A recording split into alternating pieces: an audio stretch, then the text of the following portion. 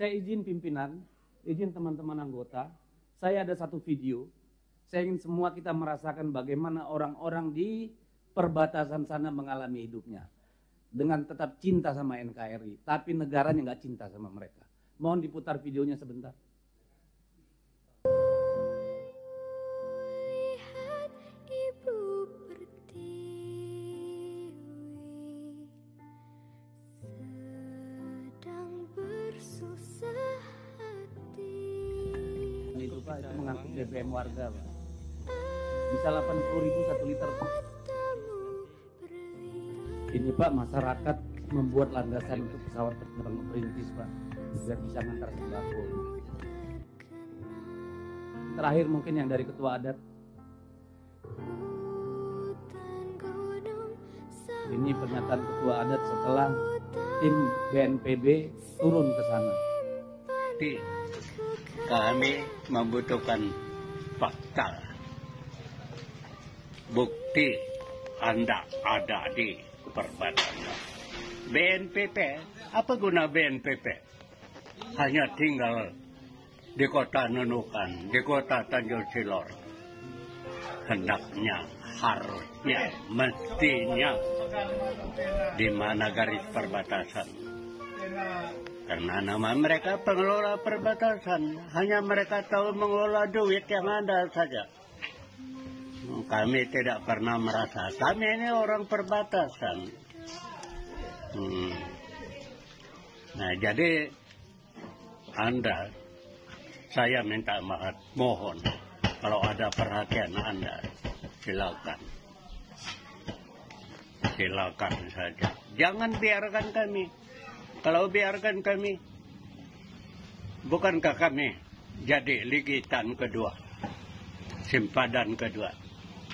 Siapa yang menang di Mahkamah Internasional? Indonesia kalah total. Malaysia menang. Sekarang kalau saya ditanya, ngapain saya pilih Indonesia? Yang tidak mau memperhatikan rakyatnya sendiri. Ya Pak Menteri, jadi ini karena saya berharap, saya tahu ini bukan anggaran Kementerian Dalam Negeri Pak atau BNPB. Tapi saya sudah pernah sampaikan di ruangan ini Pak, agar jalannya Pak sudah 10 tahun kita berjuang Pak.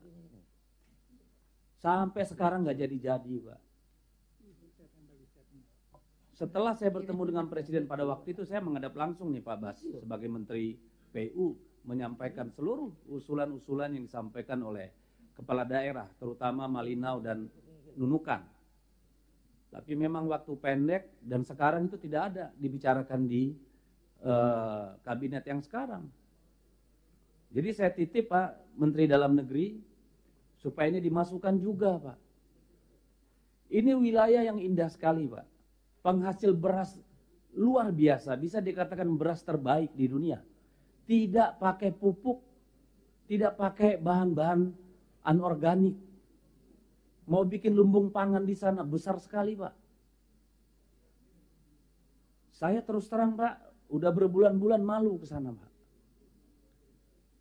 Malu karena pasti ditagih. Sementara kita sudah pernah ngomong sama Presiden, sama Menteri, nggak terrealisasi juga. Lalu kita kemana Pak? Saya berharap Pak, dorongan betul-betul Pak, untuk daerah perbatasan kita di Kabupaten Nunukan dan Kabupaten Malinau. Malinau juga nggak kurang-kurang Pak menderitanya masyarakat. Atau seperti permintaan kepala adat tadi, kalau kita nggak mampu ya lepas saja ke sebelah. Kenapa? Toh nggak diperhatiin. Tapi tentu kita tidak mau, dan mereka juga nggak mau. Mereka cinta Indonesia. Makanya saya bilang tadi, negara yang nggak cinta sama mereka. Ini bukan urusan dapil Pak. Kebayang nggak bahwa orang mati? Orang sakit pasti mati Pak. Mau ke rumah sakit naik pesawat. Saya sebenarnya udah capek. Jadi saya mohon perhatiannya agar itu dalam APBN 2026 diperjuangkan Pak. Makasih. Makasih pimpinan.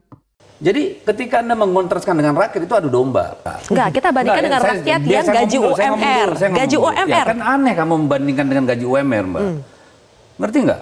Jadi ngerti, makanya janganlah menggebiak uya dan menyesatkan rakyat. Seolah-olah ini tidak pantas gitu loh. Anda tahu nggak perumahan BUMN itu ada di mana? Pernah nggak bandingkan? Kalau kita bicara eselon, setarakan dengan siapa? Jadi ketika Anda mengontraskan dengan rakyat itu adu domba. Itu mereka yang di BUMN wakil siapa? Pegawai negeri, kementerian-kementerian silakan cek rumah dinasnya. Itu pelayan rakyat loh. Pegawai negeri, ya ASN, silakan cek.